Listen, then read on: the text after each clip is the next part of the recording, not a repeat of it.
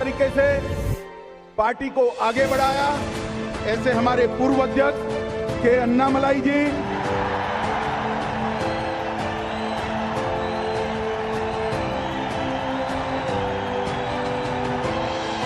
मोदी जी की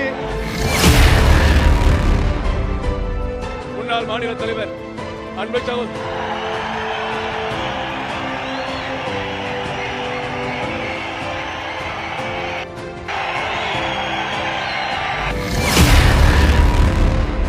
வரவேற்கின்றோம்.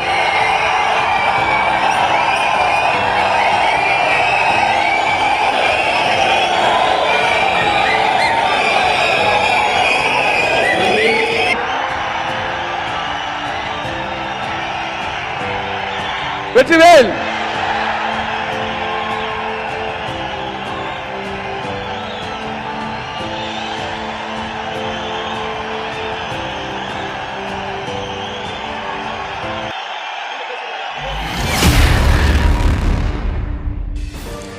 ಸ್ನೇಹಿತರೆ ನಮಸ್ಕಾರ.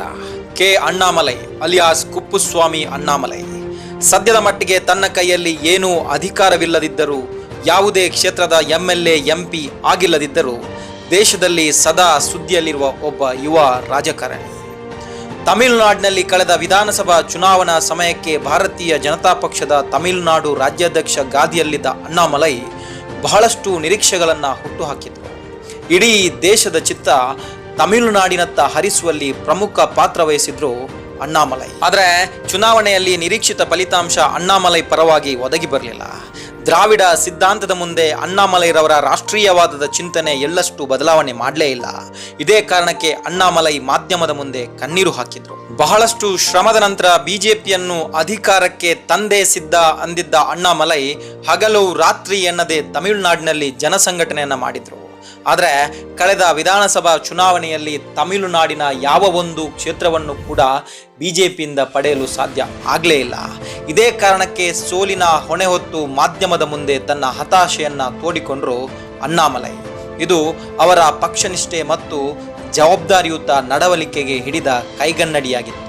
ಅಣ್ಣಾಮಲೈ ಎಂಥವರು, ಅವರ ವ್ಯಕ್ತಿತ್ವ ಎಂತಹದು, ಅವರು ಬೆಳೆದು ಬಂದ ರೀತಿ ಹೇಗೆ, ಅಣ್ಣಾಮಲೈ ಬಗ್ಗೆ ಯಾಕೆ ಜನರಿಗಿಷ್ಟು ಅಭಿಮಾನ ಅನ್ನೋದರ ಬಗ್ಗೆ ವಿಸ್ತಾರವಾದ ವಿಡಿಯೋವೊಂದನ್ನು ನಾನು ಈಗಾಗಲೇ ಅಪ್ಲೋಡ್ ಮಾಡಿದ್ದೀನಿ. ನೀವೇನಾದರೂ ನೋಡಲಿಲ್ಲ ಅಂದರೆ ದಯವಿಟ್ಟು ನೋಡ್ಕೊಂಡು ಬನ್ನಿ, ಲಿಂಕ್ ಡಿಸ್ಕ್ರಿಪ್ಷನಲ್ಲಿ ಹಾಕಿದ್ದೀನಿ. ತಮಿಳುನಾಡಿನ ವಿಧಾನಸಭಾ ಚುನಾವಣೆಯ ಸೋಲಿನ ನೇರ ಹೊಣೆಯನ್ನು ಅಣ್ಣಾಮಲೈ ಏನೋ ವಹಿಸಿಕೊಂಡ್ರು ಮತ್ತು ಮುಂದಿನ ದಿನಗಳಲ್ಲಿ ಬಿಜೆಪಿಯನ್ನು ಮತ್ತಷ್ಟು ಬಲಿಷ್ಠಗೊಳಿಸುವ ಭರವಸೆಯನ್ನು ನೀಡಿದರು. ಆದರೆ ಅದಾಗಲೇ ರಾಜಕೀಯ ರಂಗದಲ್ಲಿ ಅಣ್ಣಾಮಲೈ ಬಗೆಗಿನ ಪರ ವಿರೋಧದ ಚರ್ಚೆ ಜೋರಾಗಿಯೇ ನಡೆದಿತ್ತು. ಇಲ್ಲಿ ಅಣ್ಣಾಮಲೈಗೆ ತಮಿಳುನಾಡಿನ ರಾಜಕೀಯ ಮ್ಯಾಚ್ ಆಗಲ್ಲ. ಅವರು ತಮಿಳುನಾಡಿನಲ್ಲಿ MLA MP ಬಿಡಿ ಒಂದು ಪಂಚಾಯತ್ ಪ್ರೆಸಿಡೆಂಟ್ ಆಗುವುದಕ್ಕೂ ಸಾಧ್ಯವಿಲ್ಲ. ಅಣ್ಣಾಮಲೈ ರಾಜಕೀಯ ಜೀವನ ಇಲ್ಲಿಗೆ ಮುಗಿಯಿತು. ಅಮಿತ್ ಶಾ, ಮೋದಿನೂ ಅಣ್ಣಾಮಲೈನ ಇನ್ನು ಕನ್ಸಿಡರ್ ಮಾಡಲ್ಲ ಅಂತ ಹಲವು ಟೀಕೆ ಟಿಪ್ಪಣಿಗಳು ಅಣ್ಣಾಮಲೈ ವಿರುದ್ಧ ಬರೋದಕ್ಕೆ ಪ್ರಾರಂಭ ಆಯಿತು. ಈ ಮಧ್ಯೆ ಇದಕ್ಕೆಲ್ಲ ಮತ್ತಷ್ಟು ಪುಷ್ಟಿ ಕೊಡುವಂತೆ ತಮಿಳುನಾಡು ಬಿಜೆಪಿಯಲ್ಲಿ ಮತ್ತೊಂದು ಘಟನೆ ನಡೆದೇ ಬಿಟ್ಟಿತ್ತು. ಯಾವ AIA DMKಯನ್ನ ಬಿಜೆಪಿ ಮೈತ್ರಿಯಿಂದ ತಮಿಳುನಾಡಿನಿಂದ ದೂರ ಇರಿಸಿದ್ರೋ ಅಣ್ಣಾಮಲೈ, ಅದೇ AIA DMK ಜೊತೆ ಮತ್ತೆ ಮರು ಮೈತ್ರಿಯನ್ನ ಸ್ಥಾಪಿಸೋದಕ್ಕೆ ಬಿಜೆಪಿ ಹೈಕಮಾಂಡ್ ನಿರ್ಧಾರ ಮಾಡಿತ್ತು. ಈ ಮರು ಮೈತ್ರಿಯ ಷರತ್ತಿನ ಪ್ರಕಾರನೇ ಬಿಜೆಪಿ ಅಣ್ಣಾಮಲೈ ಅವರನ್ನ ಅಲ್ಲಿನ ಅಧ್ಯಕ್ಷ ಸ್ಥಾನದಿಂದ ಕೆಳಗಿಳಿಸಿಯೇ ಬಿಟ್ಟಿತ್ತು. ಅಲ್ಲಿಗೆ ಅಣ್ಣಾಮಲೈ ಆಟ ಮುಗಿದೇ ಹೋಯ್ತು ಅಂತ ತಮಟೆ ಸೌಂಡು ಮಾಡ್ತಾ ಇದ್ದ ಅಣ್ಣಾಮಲೈ ಹಿತಶತ್ರುಗಳು DJ ಸೌಂಡ್ನಲ್ಲಿ ಕೂಗೋದಕ್ಕೆ ಸ್ಟಾರ್ಟ್ ಮಾಡಿದ್ರು. ಹೀಗೆ ಒಂದೊಮ್ಮೆ ಇಡೀ ದೇಶದ ಜನತೆಗೂ ಅದೇ ಅನ್ನಿಸಿಬಿಡ್ತು. ಭವಿಷ್ಯದ ಒಬ್ಬ ಪ್ರಭಾವಿ ನಾಯಕನಾಗಬೇಕಿದ್ದ ಅಣ್ಣಾಮಲೈ ಸೈಡ್ಲೈನ್ ಆಗ್ಬಿಟ್ರ, ಜನ ಮರೆತೇ ಬಿಟ್ರ ಅಣ್ಣಾಮಲೈರವರನ್ನ ಅಂತ. ಆದರೆ ಸ್ನೇಹಿತರೆ, ನಿಮ್ಗೆ ಗೊತ್ತಿರಲಿ, ಹುಲಿ ಒಂದ್ ಹೆಜ್ಜೆ ಹಿಂದೆ ಇಟ್ಬಿಟ್ಟು ಅಂದ ಮಾತ್ರಕ್ಕೆ ಅದು ಹೆದರ್ಕೊಂಡಲ್ಲ, ಅಲ್ಲಿಂದ ಬೇಟೆ ಶುರು ಅಂತ. ಇಲ್ಲಿ ಅಣ್ಣಾಮಲೈ ಕೂಡ ಅದೇ ಮಾಡಿದ್ರು. ಹೈಕಮಾಂಡ್ ಹೇಳಿದ ಪ್ರತಿಯೊಂದಕ್ಕೂ ಒಪ್ಪಿಗೆ ಕೊಟ್ಟರು, ಯಾವುದೇ ನಿರ್ಧಾರಕ್ಕೂ ಜೈ ಅಂದ್ರು.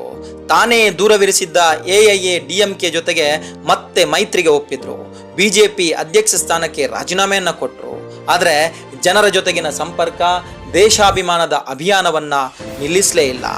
ನಂದು ಅಡ್ಜಸ್ಟ್ಮೆಂಟ್ ಪಾಲಿಟಿಕ್ಸ್ ಇಲ್ವೇ ಇಲ್ಲ. ನಾನು ನನ್ನ ದೇಶದ ಜನರಿಗೆ ಏನು ಮಾಡೋದಕ್ಕೂ ಸದಾ ಸಿದ್ಧ. ಅದು ಅಧಿಕಾರ ಇರಲಿ ಇಲ್ಲದೇ ಇರಲಿ ನನ್ನ ಕರ್ತವ್ಯವನ್ನು ನಾನು ಮಾಡೇ ಮಾಡ್ತೀನಿ ಅಂದಿದ್ದ ಅಣ್ಣಾಮಲೈ ತೆರೆಮರೆಯಲ್ಲೇ ತಮಿಳುನಾಡಿನ ಜನರಲ್ಲಿ ಪಕ್ಷದ ಸಂಘಟನೆಯ ಕೆಲಸವನ್ನು ಮುಂದುವರಿಸ್ತಾ ಇದ್ರು. ಈ ಎಲ್ಲ ನಿಸ್ವಾರ್ಥ ರಾಜಕೀಯ ಪರಿಶ್ರಮದ ಫಲಿತಾಂಶದ ಪರಿಣಾಮವಾಗಿಯೇ ಮೊನ್ನೆ ಅಮಿತ್ ಶಾ ತಮಿಳುನಾಡಿಗೆ ಬಂದಾಗ ಅಣ್ಣಾಮಲೈ ಸುನಾಮಿ ಎಬ್ಬಿತ್ತು. ಯಾರೆಲ್ಲ ಅಣ್ಣಾಮಲೈ ರಾಜಕೀಯ ಭವಿಷ್ಯ ಮುಗೀತು, ಜನರು ಅಣ್ಣಾಮಲೈನ ಮರೆತು ಬಿಟ್ರು ಅಂದಿದ್ರೋ ಅಂಥವರಿಗೆಲ್ಲ ಮುಟ್ಟಿ ನೋಡುವಂತೆ ಉತ್ತರ ಕೊಟ್ಟಿದ್ರು ಅಣ್ಣಾಮಲೈ. ಭಾಷಣದ ಮಧ್ಯೆ ಅಮಿತ್ ಶಾ ಜಸ್ಟ್ ಅಣ್ಣಾಮಲೈ ಅಂತ ಕೂಗಿದ್ದು ಅಷ್ಟೇ. ಮುಂದೆ ನಡೆದಿದ್ದೆಲ್ಲವೂ ಸಿನಿಮೀಯ ದೃಶ್ಯ. ಸ್ವತಃ ಅಣ್ಣಾಮಲೈ ಅವರೇ ಜನರನ್ನ ಕೈ ಮುಗಿದು ಬೇಡಿಕೊಂಡ್ರು ಜನರ ಹರ್ಷೋದ್ಗಾರ ನಿಲ್ಲೇ ಇಲ್ಲ. That is the power of के अन्नामलई. तरीके से पार्टी को आगे बढ़ाया, ऐसे हमारे पूर्व अध्यक्ष के अन्नामलई जी,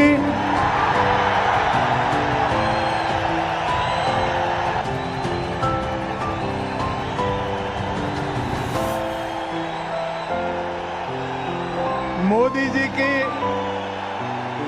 ಬಹುಶಃ ಇಂತಹ ಒಂದು ಅದ್ಭುತ ದೃಶ್ಯವನ್ನ ಬಾಹುಬಲಿ ಅಂತ ಸಿನಿಮಾದಲ್ಲಿ ಮಾತ್ರ ನೋಡಿದ್ದ ಜನ ಇನ್ ರಿಯಲ್ ಆಗಿ ನೋಡಿ ದಂಗಾಗಿ ಹೋಗಿದ್ರು. ಸ್ವತಃ ಅಮಿತ್ ಶಾ ಒಂದರೆ ಕ್ಷಣ ತಮ್ಮ ಭಾಷಣವನ್ನೇ ಮೊಟಕುಗೊಳಿಸುವಂತ ಪರಿಸ್ಥಿತಿ ಎದುರಾಗಿತ್ತು.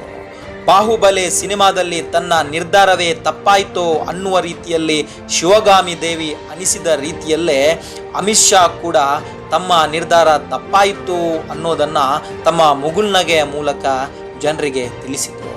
ಇದಲ್ವಾ ಒಬ್ಬ ನಾಯಕನ ರಿಯಲ್ ಪವರ್ ಅಂದ್ರೆ. ಪ್ರಸ್ತುತ ಭಾರತದ ರಾಜಕಾರಣದಲ್ಲಿ ರಾಜಕೀಯವಾಗಿ ತನಗೆ ಯಾರೂ ಗಾಡ್ ಫಾದರ್ಗಳಿಲ್ಲದೆ, ಪಕ್ಷದ ಯಾವುದೇ ಹುದ್ದೆಗಳಿಲ್ಲದೆ, ಯಾವುದೇ ಕ್ಷೇತ್ರದ MLA MP ಆಗಿರದೆ, ಯಾವುದೇ ಅಧಿಕಾರವಿರದೇ ಇದ್ದಾಗಲೂ ಕೂಡ ಜನ ಇಷ್ಟಪಡುವ ವ್ಯಕ್ತಿಗಳಲ್ಲಿ ಬಹುಶಃ ಅಣ್ಣಾಮಲೈ ಮೊದಲನೇ ಸ್ಥಾನದಲ್ಲಿ ನಿಲ್ತಾರೆ. ಒಬ್ಬ ನಾಯಕ ನಿಸ್ವಾರ್ಥಿಯಾಗಿದ್ದಾಗ, ಒಬ್ಬ ನಾಯಕ ಅಪ್ಪಟ ದೇಶಪ್ರೇಮಿಯಾಗಿದ್ದಾಗ, ಒಬ್ಬ ನಾಯಕ ಅಡ್ಜಸ್ಟ್ಮೆಂಟ್ ಪಾಲಿಟಿಕ್ಸ್ ಮಾಡದೆ ನೇರ ನಡೆನುಡಿಯ ರಾಜಕಾರಣ ಮಾಡಿದಾಗ, ಜನರಿಗೋಸ್ಕರ ಇದ್ದೀನಿ ಅನ್ನೋದನ್ನ ಮತ್ತೆ ಮತ್ತೆ ಸಾಬೀತುಪಡಿಸಿದಾಗ ಜನ ಯಾವತ್ತೂ ಅಂತಹ ನಾಯಕನನ್ನ ಕೈ ಬಿಡೋದಿಲ್ಲ ಅನ್ನೋದಕ್ಕೆ ಇದೊಂದು ಜ್ವಲಂತ ಉದಾಹರಣೆ. ಭಾರತದಂತ ಯುವ ದೇಶಕ್ಕೆ ಅಣ್ಣಾಮಲೈರಂತ ಒಬ್ಬ ಯುವ, ದಕ್ಷ, ಪ್ರಾಮಾಣಿಕ ಮತ್ತು ಪ್ರಭಾವಿ ನಾಯಕನ ಅಗತ್ಯ ಬಹಳಷ್ಟಿರುವ ಈ ಹೊಸ್ತಿಲಲ್ಲಿ ಅಣ್ಣಾಮಲೈ ಸದಾ ಮುಖ್ಯ ಭೂಮಿಕೆಯಲ್ಲೇ ಇರುವಂತೆ ಮಾಡುವ ಜವಾಬ್ದಾರಿ ಭಾರತೀಯ ಯುವಕರ ಕೈಯಲ್ಲಿದೆ ಅಂತ ಹೇಳ್ತಾ, ಮುಂದೊಂದು ದಿನ ಅಣ್ಣಾಮಲೈ ಈ ದೇಶದ ಪ್ರಭಾವಿ ನಾಯಕನಾಗಿ ಮೂಡಿಬರಲಿ, ದೇಶದ ಆದಷ್ಟು ಯುವ ರಾಜಕಾರಣಿಗಳಿಗೆ ಪ್ರೇರಣೆಯಾಗಲಿ. ಅಣ್ಣಾಮಲೈ ದೇಶದ ಪ್ರಧಾನಿಯಾದರೆ ಅವರ ಆಡಳಿತ ಹೇಗಿರಬಹುದು? ನಿಮ್ಮ ಅನಿಸಿಕೆ, ಅಭಿಪ್ರಾಯ ಕಮೆಂಟ್ ಮಾಡಿ. ಮುಂದಿನ ವಿಡಿಯೋದಲ್ಲಿ ಮತ್ತೆ ಸಿಗ್ತೀನಿ. ನಮಸ್ಕಾರ.